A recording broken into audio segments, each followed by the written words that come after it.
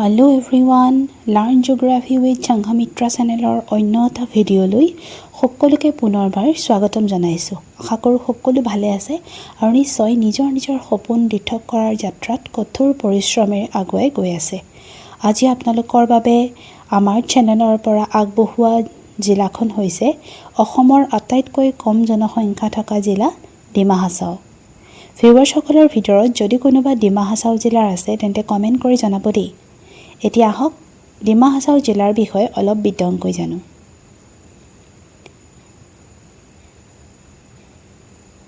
উত্তৰ কাছাৰ পাহাৰত অৱস্থিত ডিমা হাছাও হৈছে লিষ্ট পপুলাছ ডিষ্ট্ৰিক্ট ইন আছাম, অৰ্থাৎ অসমৰ আটাইতকৈ কম জনসংখ্যা থকা এখন জিলা।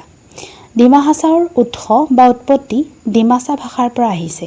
ডিমা মানে ডিমাছা আৰু হাছাও মানে পাহাৰ, সেয়েহে অৰ্থ হৈছে ডিমাছাৰ পাহাৰ। আগতে এই জিলাখনৰ নাম উত্তৰ কাছাৰ পাৰ্বত্য জিলা আছিল। পিছত ডিমাছা জনগোষ্ঠীৰ নাম অনুসৰি ডিমা হাছাও কৰা হয়। ডিমা হাছাও জিলা গঠন হৈছিল 2 ফেব্ৰুৱাৰী 1970 চনত। হাফলং ডিমা হাছাওৰ সদৰ হৈছে হাফলং। হাফলং অসমৰ একমাত্ৰ পাহাৰীয়া নগৰ বুলিয়ে কোৱা যায় আৰু ই প্ৰাকৃতিক হ্ৰদ, পাহাৰ আৰু জলপ্ৰপাতৰ বাবে বিখ্যাত। ডিমা হাছাও জিলাৰ প্ৰধান নদীবোৰৰ ভিতৰত মাহুৰ, জাতিংগা, ধাইপানী, দিগাৰু আৰু কপিলি উল্লেখযোগ্য। এতিয়া আহিছোঁ ডিমা হাছাও জিলাৰ কেইখনমান মুখ্য পৰ্যটনস্থলীৰ বিষয়ে জানিবলৈ। ডিমা হাছাওৰ আটাইতকৈ বিখ্যাত পৰ্যটনস্থলী হৈছে জাতিংগা। জাতিংগা ডিমা হাছাও জিলাৰ এখন পাহাৰীয়া গাঁও আৰু ই চৰাইৰ ৰহস্যজনক আগমন আৰু মৃত্যুৰ ঘটনাৰ বাবে বিখ্যাত। ছেপ্টেম্বৰ-নৱেম্বৰ মাহত কুঁৱলী আৰু চন্দ্ৰবিহীন ৰাতিত বহু পক্ষী ইয়ালৈ আহে আৰু দিশভ্ৰষ্ট হৈ পৰে। এনে ঘটনাৰ বাবে জাতিংগাক আগতে বাৰ্ড ছুইচাইড প্লেচ বুলিও কোৱা হয়। কিন্তু যদিও এতিয়া বৈজ্ঞানিক ব্যাখ্যা অনুসৰি কুঁৱলী, বতাহ, উচ্চতা আৰু পোহৰৰ প্ৰভাৱে পক্ষীবোৰক দিশভ্ৰষ্ট কৰে বুলি জনা যায়। জাতিংগা কেৱল চৰাইৰ ৰহস্যৰ বাবেই নহয়, ই মনোমোহা পাহাৰীয়া দৃশ্য আৰু সমীপৰ পৰ্যটনস্থলীৰ বাবেও বিখ্যাত। নেক্সট হৈছে মাইবং।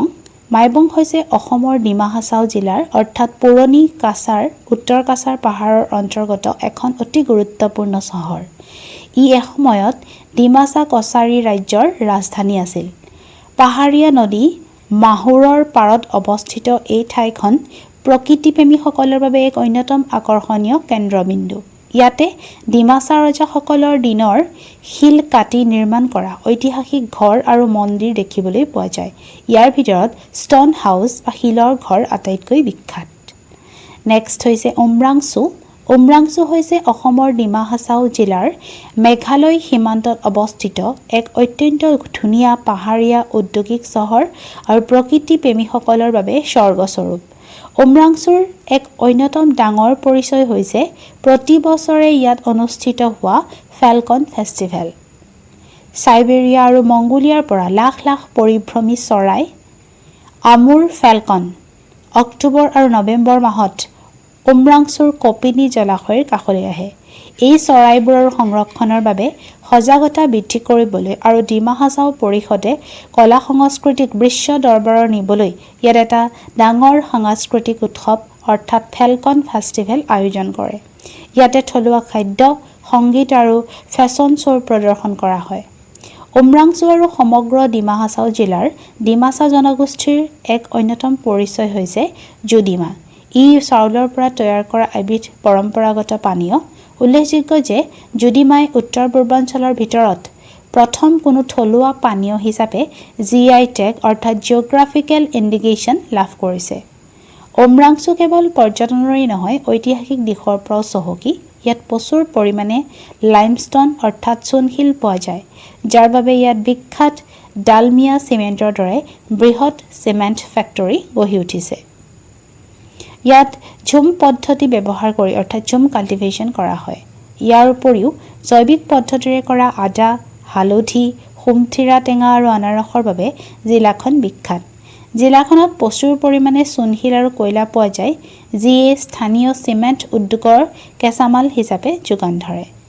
ভিষ্টাডোম ভিষ্টাডোম এক্সপ্ৰেছ হৈছে পৰ্যটকসকলৰ বাবে ভাৰতীয় ৰেলৱে প্ৰস্তুত কৰা এক বিশেষ ধৰণৰ বিলাসী ৰেল বা ট্ৰেইন। অসমত গুৱাহাটীৰ পৰা ডিমা হাছাও জিলাৰ হাফলং হৈ যোৱা পাহাৰীয়া ৰেলপথছোৱাত প্ৰাকৃতিক সৌন্দৰ্য উপভোগ কৰিবলৈ এই ৰেল সেৱা অতি জনপ্ৰিয়। আগতে এই ৰেলখন গুৱাহাটী বদৰপুৰ টুৰিষ্ট এক্সপ্ৰেছ হিচাপে কেৱল বুধবাৰ আৰু শনিবাৰে চলিছিল, কিন্তু শেহতীয়া নিয়ম অনুসৰি ইয়াক গুৱাহাটী চাইৰাং অৰ্থাৎ মিজোৰাম ৰেল সেৱাৰ সৈতে একত্ৰিত কৰে। ইয়াৰ ফলত এতিয়া পৰ্যটকসকলে সপ্তাহৰ আটাইকেইটা দিনতেই হাফলং হৈ যোৱাৰ এক সুযোগ লাভ কৰে আৰু এই পাহাৰীয়া পথছোৱাত ভিষ্টাডোম দবাৰ আনন্দ লাভ কৰিবলৈ সুবিধা পায়। এতিয়া আহিছোঁ ডিমা হাছাও জিলাৰ লগত জড়িত কেইটামান এক্সপেক্টেড MCQ আপোনালোকৰ মাজলৈ লৈ। নম্বৰ 1, ডিমা হাছাও জিলাৰ মুখ্য কাৰ্যালয় কোন ঠাইত অৱস্থিত? অপশ্যনত আছে শিলচৰ, ডিফু, হাফলং, উমৰাংচু। ইয়াৰ আনচাৰ হৈছে হাফলং।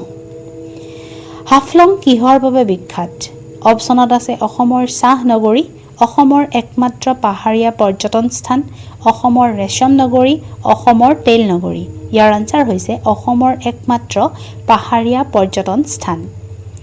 ডিমা হাছাও জিলা ভাৰতৰ সংবিধানৰ কোনটো সূচীৰ অন্তৰ্গত? অপশ্যন আছে পঞ্চম সূচী, ষষ্ঠ সূচী, সপ্তম সূচী, অষ্টম সূচী। ইয়াৰ আনচাৰ হৈছে ষষ্ঠ সূচী। উমৰাংচুৰ ওচৰত কোন জলবিদ্যুৎ প্ৰকল্প অৱস্থিত? ইয়াৰ অপশ্যনত আছে সোৱণশিৰি প্ৰকল্প, কপিলী জলবিদ্যুৎ প্ৰকল্প, পাগলাদিয়া প্ৰকল্প, ধনশিৰি প্ৰকল্প। ইয়াৰ আনচাৰ হৈছে কপিলী জলবিদ্যুৎ প্ৰকল্প। ডিমা হাছাওৰ কোনটো জলপ্ৰপাতক উত্তৰ পূৰ্বাঞ্চলৰ নায়েগ্ৰা বুলি কোৱা হয়? অপশ্যনত আছে আকাশীগংগা, কাকোচাং, পানীমূৰ, চান্দুবি। ইয়াৰ আনচাৰ হৈছে পানীমূৰ। ডিমা হাছাও জিলাক কেনেধৰণৰ জিলা বুলি গণ্য কৰা হয়? অপশ্যনত আছে অসমৰ সৰ্বাধিক জনবসতিপূৰ্ণ জিলা, অসমৰ সৰ্বনিম্ন জনবসতিপূৰ্ণ জিলা, অসমৰ ঔদ্যোগিক কেন্দ্ৰ, অসমৰ সৰ্বাধিক চাহ উৎপাদনকাৰী জিলা। ইয়াৰ আনচাৰ হৈছে অসমৰ সৰ্বনিম্ন জনবসতিপূৰ্ণ জিলা। ডিমা হাছাও জিলাৰ মুখ্য ভৌগোলিক বৈশিষ্ট্য হিচাপে কোন পাহাৰ শ্ৰেণী পৰিচিত? অপশ্যনত আছে পাটকাই পাহাৰ শ্ৰেণী, গাৰো পাহাৰ, বৰাইল পাহাৰ, খাচী পাহাৰ। ইয়াৰ আনচাৰ হৈছে বৰাইল পাহাৰ। ডিমা হাছাওত অৱস্থিত বৰাইল পৰ্বত শ্ৰেণীৰ সৰ্বোচ্চ শৃংগটোৰ নাম কি?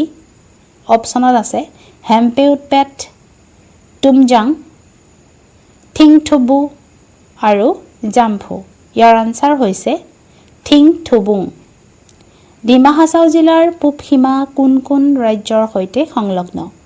অপশ্যনত আছে মেঘালয়, ত্ৰিপুৰা, নাগালেণ্ড আৰু মণিপুৰ, অৰুণাচল প্ৰদেশ। ইয়াৰ আনচাৰ হৈছে নাগালেণ্ড আৰু মণিপুৰ। আই হোপ আজিৰ ভিডিঅ'টোৰ পৰা আপোনালোক সকলো উপকৃত হ'ব। আগলৈকো এই ধৰণৰ ভিডিঅ' পাই থাকিবলৈ আমাৰ চেনেলটো ছাবস্ক্ৰাইব কৰি ল'ব। আপোনালোকৰ সহায় আৰু সহযোগিতাই আৰু ভাল ভাল ভিডিঅ' প্ৰস্তুত কৰিবলৈ আমাক যথেষ্ট উৎসাহিত কৰে। পুনৰ অন্য এটা ভিডিঅ'ৰ সৈতে লগ পোৱাৰ প্ৰতিশ্ৰুতিৰে আজিলৈ বাই বাই।